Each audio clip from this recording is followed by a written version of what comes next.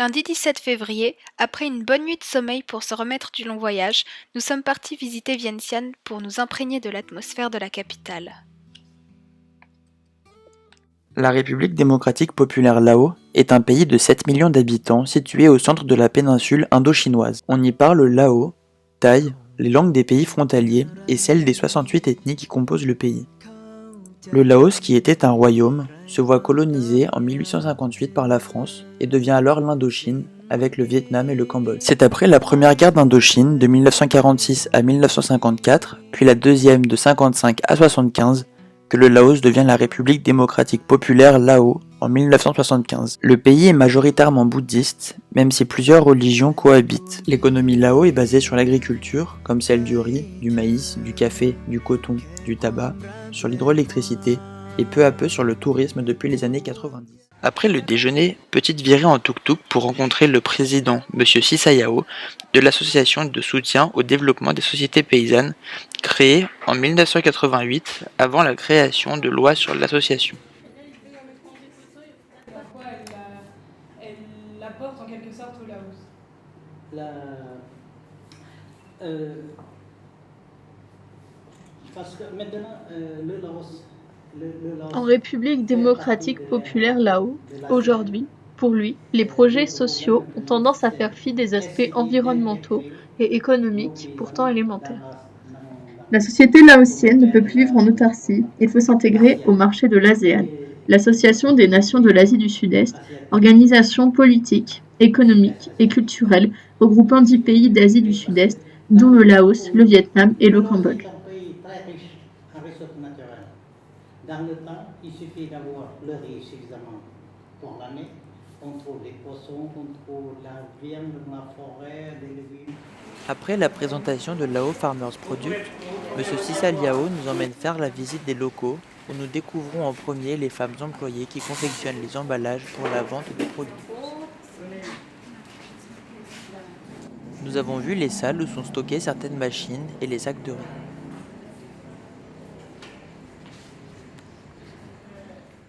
Monsieur Sisa Liao nous a ensuite présenté les fours dans lesquels sont séchés les grains de riz et les pâtes de fruits avec quelques explications. En raison de la mauvaise isolation du four et de la nécessité de ne pas dépasser quelques pourcents d'humidité dans le riz, les fours consomment énormément d'électricité. Voici la machine qui permet de séparer les grains de riz complets de qualité du reste. Par tamisage, la machine fait tomber au fond les grains de riz les plus petits, les cailloux, les pailles et la poussière au travers d'une grille. Ils sont récupérés à gauche et utilisés autrement. Les plus gros qui ne passent pas à travers la grille sont nettoyés du reste de cailloux ou de brindilles et récupérés à droite. Ils sont ensuite vendus en tant que riz complet germé GABA selon les normes internationales. Dans une autre salle, nous regardons les employés qui trient le riz complet à la main, grain par grain, pour enlever les cailloux ou les pailles qui n'ont pas été retirés lors de l'étape précédente. Après la visite des locaux, nous avons fait un tour à la boutique de Lao Farmers Product et nous avons dégusté les fameuses pâtes de fruits au tamarin, parfois au piment, donc un peu épicées mais réellement excellentes. Chacun a pu acheter des produits issus de l'organisation, comme du miel, de l'huile de sésame, du savon ou encore du thé. Le riz complet germé GABA, riche en phosphore, en magnésium, en zinc et en vitamines, est une réponse à la quête de nourriture saine et équilibrée. Garanti sans gluten et sans protéines animales, il est adapté au menu des végétariens, d'enfants en carence alimentaire et de personnes en convalescence. Le riz est emballé et prêt à la vente. Il est vendu sur place à moins de 2 € le kilo, soit 20 000 kip, la monnaie locale. À titre de comparaison, le salaire moyen au Laos est d'environ 300 € par mois, contre 1 900 € en France.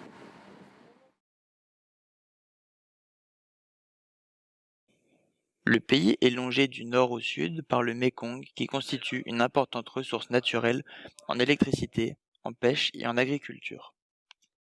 Le fleuve prend sa source en Chine et s'échappe par le Cambodge.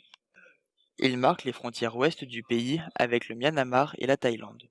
Le 19 février, après un voyage en bus assez dépaysant la veille jusqu'à Takek, nous nous rendons au KVTC, le Khamwan Technical Vocational College. Là-bas, les enseignants retrouvent le directeur, M. Vengsavan, son adjoint, M. Sipa Evan, ainsi que Monsieur Kahn, avec qui il travaille depuis 2014. Le caisson de la fontaine solaire, un système qui permet la filtration d'eau claire non potable à l'aide d'une lampe à UVC alimentée par un ensemble de panneaux solaires plus batterie et qui peut produire 450 litres d'eau par jour, ainsi que le système Solog, un système de l'association FEDA, avec laquelle nous avons un partenariat, sont présentés. Le système Solog est un système stérilisateur par l'action conjuguée de la chaleur et des UV qui chauffe l'eau contenue dans des bouteilles en plastique dans un cuiseur solaire.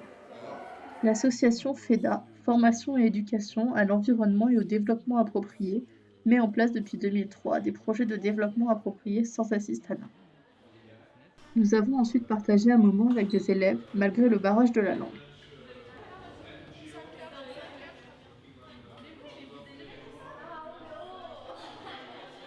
Nous avons fini la matinée en faisant un tour dans l'établissement avec Monsieur Sipaivan.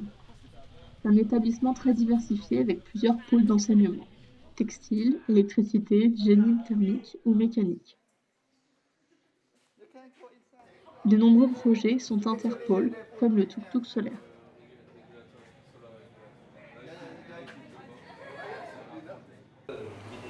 Après un repas épicé pour certains, nous sommes retournés au KVTC pour la signature des conventions de partenariat au niveau national contre provincial auparavant. Nous avons été accueillis par de nombreux élèves, dont ceux participant à l'échange artistique, des professeurs, puis, au centre de la table, M. Vieng Savan, directeur du KVTC, à sa droite, Marc Jangou et M. Campol, chargé de la coopération internationale de la province de Kham Muan, à sa gauche, M. Sipaivan, directeur adjoint du KVTC, M. Somkit, et aussi en présence de représentants du ministère de l'Éducation nationale Lao, dans la province de Kham Muan, et du ministère des Affaires étrangères. Nous nous sommes fait part du plaisir que nous prenons de cette collaboration en bonne et due forme. À notre grande surprise, nous avons appris la volonté du KVTC d'envoyer en France des représentants de la République démocratique populaire Lao dans le cadre de la coopération internationale. Monsieur Jangou et Monsieur Vieng Savan ont échangé après la signature des conventions, leurs présents respectifs.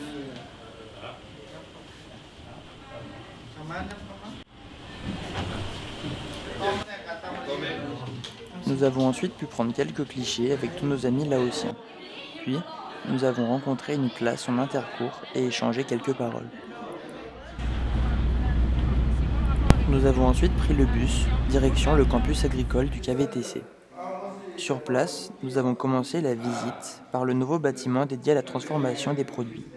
Beaucoup de machines, dont l'une s'apparente au système Solog de l'association FEDA et sert à sécher les aliments à l'énergie solaire. Nous avons ensuite découvert l'élevage de poissons et d'amphibiens qui grandissent dans de petits bassins de béton. Oh mais il y en a énormément. Non, c'est. Il faut demander à Eloane.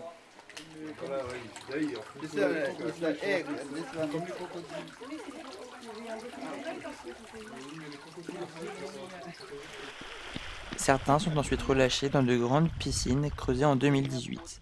Ce sont des piscines semi-naturelles avec du béton au fond qui permet d'avoir encore de l'eau et des cultures verdoyantes en ces périodes de forte sécheresse. D'autres réservoirs souterrains alimentent les châteaux d'eau plus petits. Après avoir vu quelques poules, nous avons enfin découvert la ferme à grillons mise en place en 2018 avec l'ancienne équipe qui constitue une ressource économique importante pour le KVTC.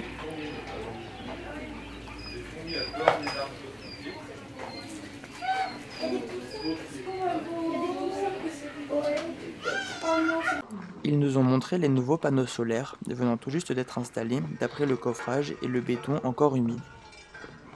Nous avons appris que le KVTC est le premier établissement scolaire Lao en termes d'installation photovoltaïque. Ce qui nous a amené à découvrir avec surprise que le campus agricole a plus que doublé de surface depuis le dernier voyage. Nous observons le riz et les œillets d'Inde qui forment une culture associée pendant qu'une étudiante travaille. Nous avons ensuite découvert la réalisation de cultures de champignons comestibles. Ils créent un milieu avec de la paille et des spores de champignons qui se développent avec l'incorporation de riz naturellement sucré. Du crottin de chèvre. Pendant que certains cultivent des plantes, d'autres ont réalisé un radeau avec des bambous et des bidons récupérés.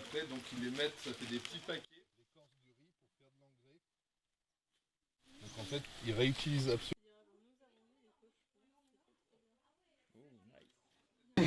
Vous nous montrez la fleur à nouveau? La fleur de banane, elle est là. Nice. Et donc ça se mange. Pendant que certains cultivent des plantes, d'autres ont réalisé un radeau avec des bambous et des bidons récupérés.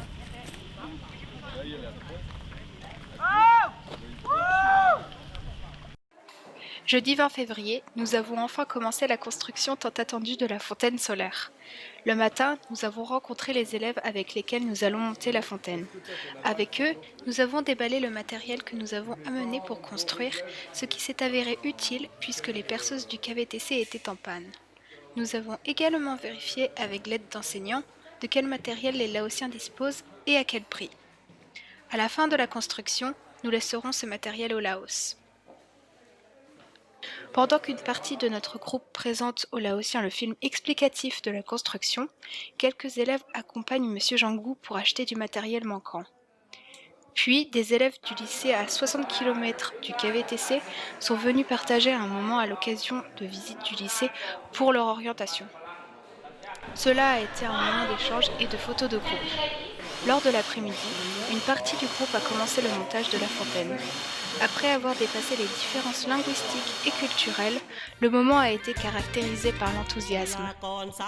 L'autre partie du groupe, quant à elle, a visité Takek avant que les groupes ne changent le lendemain.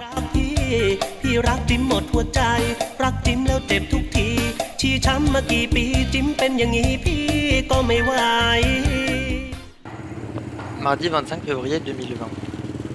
Grosse journée au KVTC, il faut impérativement finir la construction des 2 fontaines solaires. À l'entrée du campus, un bâtiment en construction édifié entièrement par des élèves type BTS en guise de projet de fin d'études.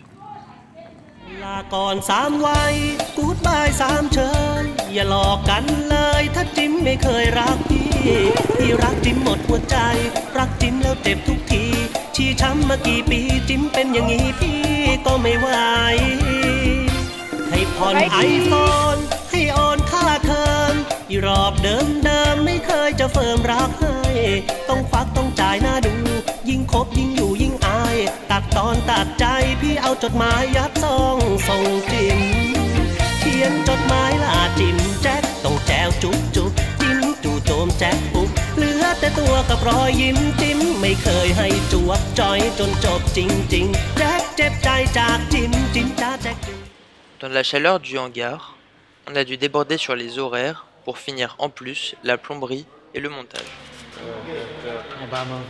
Avec les aléas du direct, des pièces manquantes. Donc on fait avec les moyens du bord.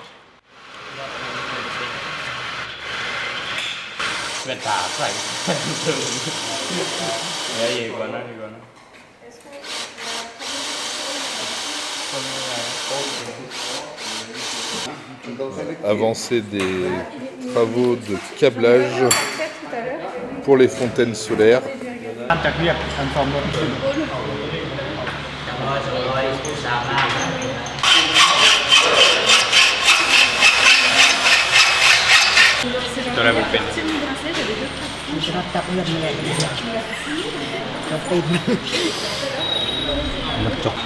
Donc voilà, la deuxième fontaine solaire est terminée. C'est la première construite au Laos avec les Laotiens du KTVC. La troisième est bord d'être terminée, donc elle devrait être terminée demain. Il reste à faire des tests électriques et les tests d'étanchéité. Ensuite, on teste la qualité de l'eau. Et après, on en livre donc le prototype à Nathan. Il y en aura une au KTVC à Takek et une sur le site agricole de Bokransen. Voilà. Julie a pu interviewer Lati en anglais à propos du développement durable. Madame Lati est une professeure d'anglais que le KVTC nous a mis à disposition afin de pouvoir communiquer avec les équipes de professeurs et les élèves là-haut. Les élèves, ne sachant que très peu parler anglais, elle joue le rôle très important de traductrice et nous permet de travailler beaucoup plus facilement. Le développement durable n'est pas dans le programme scolaire là-haut, mais on voit qu'il est appliqué de partout. But what we see is there is everywhere. Maybe you don't learn, but you do. Et nous avons appris quelques mots en français à nos amis là-haut. Amolette. Yes. Tournevis. Tournevis. Un moine travaille avec nous au KVTC. Il reste toujours en retrait car il doit observer et tirer un enseignement spirituel des choses. De par ses observations et la réflexion qu'il a, il nous a aidé de nombreuses fois en mettant la main à la pâte, nous-mêmes étant dans le feu de l'action. Ils finissent apparemment la journée par une petite danse pour se défouler.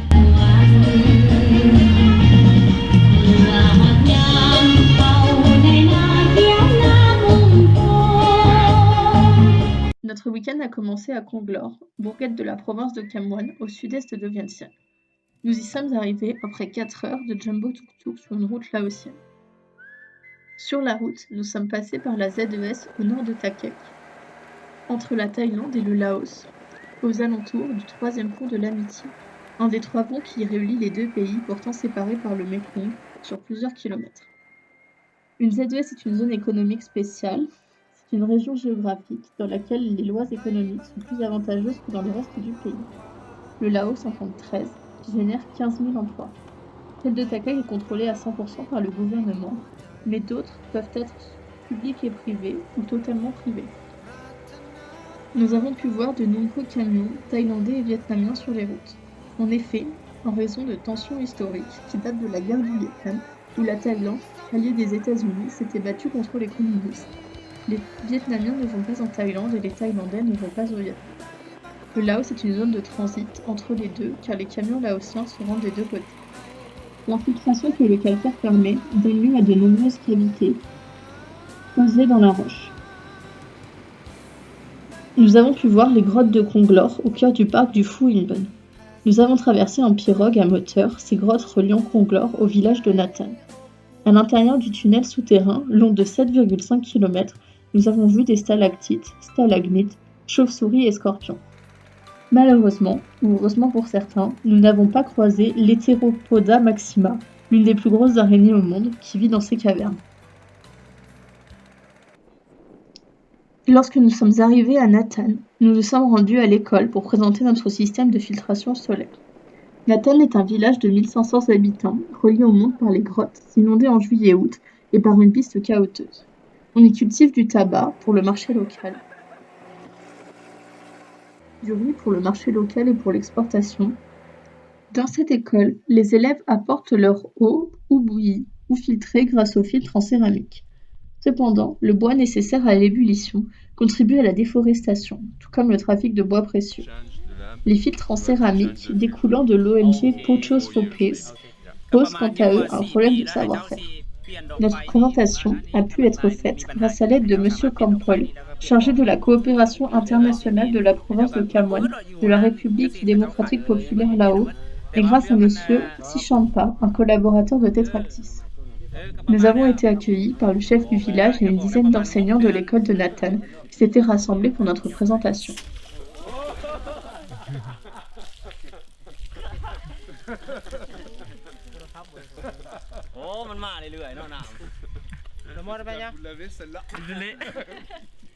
Puis, nous nous sommes reposés pendant que le village se concertait.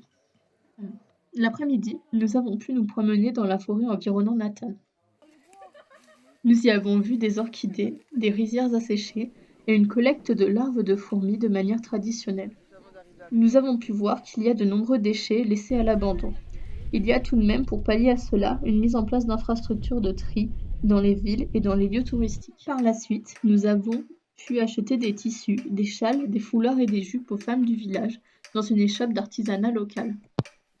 Le village cultive le coton, qui est ensuite tissé par des femmes et vendu dans des boutiques d'artisanat aux abords de la grotte.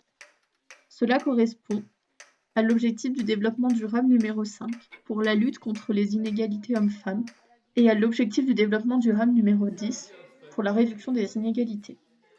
Par la suite, nous avons dîné, puis s'en est suivi une cérémonie d'accueil traditionnelle, la cérémonie du Bassi. La cérémonie du Bassi est la fête là-haut par excellence. Elle vise à réunir les 32 âmes de chaque être pour souhaiter chance et bonheur.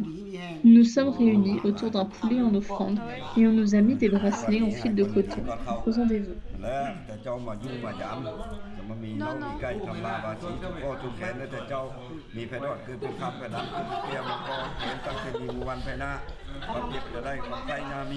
จะได้แต่ดีมีแต่โชคโชคอย่าผ่านมานหายาเวียดเฮ้ยอยู่เท่าอยู่แก่มันยืนมันยืน À la suite de cette cérémonie, nous avons partagé un moment avec quelques Laotiens. Au programme, questions sur les différences entre nos cultures, chants et danses. Pendant ce temps-là, le chef du village a accepté le partenariat. Par la suite, un document officiel sera signé pour assurer une prise en main pérenne d'un point de vue financier de la fontaine. Nous avons pu passer la nuit dans des homestays. Les paysages attirent beaucoup et le tourisme s'est développé grâce à Tetractis. Cependant, il y a un manque d'infrastructures.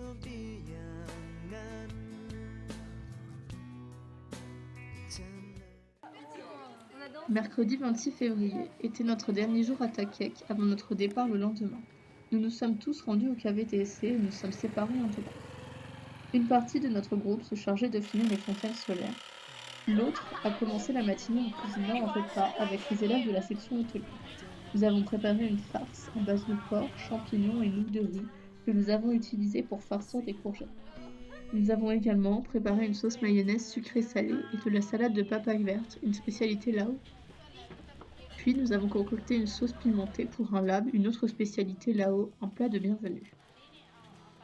Enfin, nous avons dansé, tout d'abord des danses traditionnelles Lao, puis des danses populaires en France.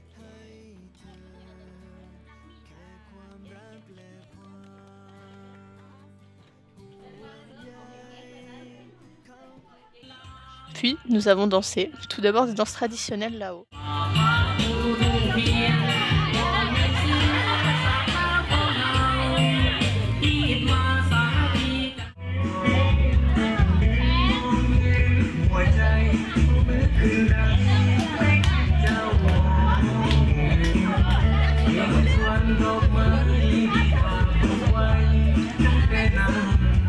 Puis des danses populaires de France.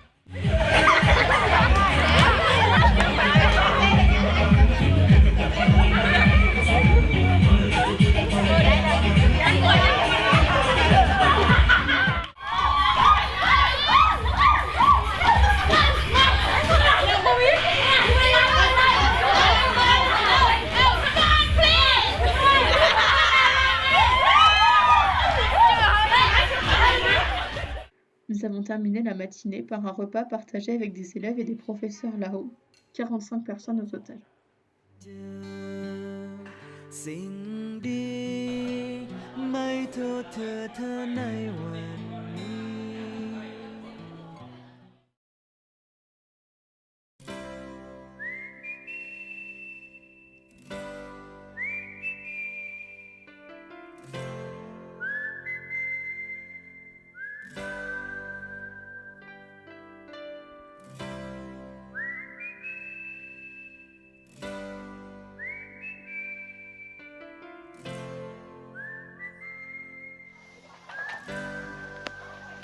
ซิมสิเอาไหมครับซิมดูผู้เห็ดต้องกินก่อนเด้อเอาลูกครับแซ่บบ่แซ่บบ่ปรารถนาหาความปรารถนาไขว่คว้าจากใครสักคนที่มีเยื่อใยในบางครั้งมีความอบอุ่นนั่นเลยเป็นเอาของไปทั้งหมดเลย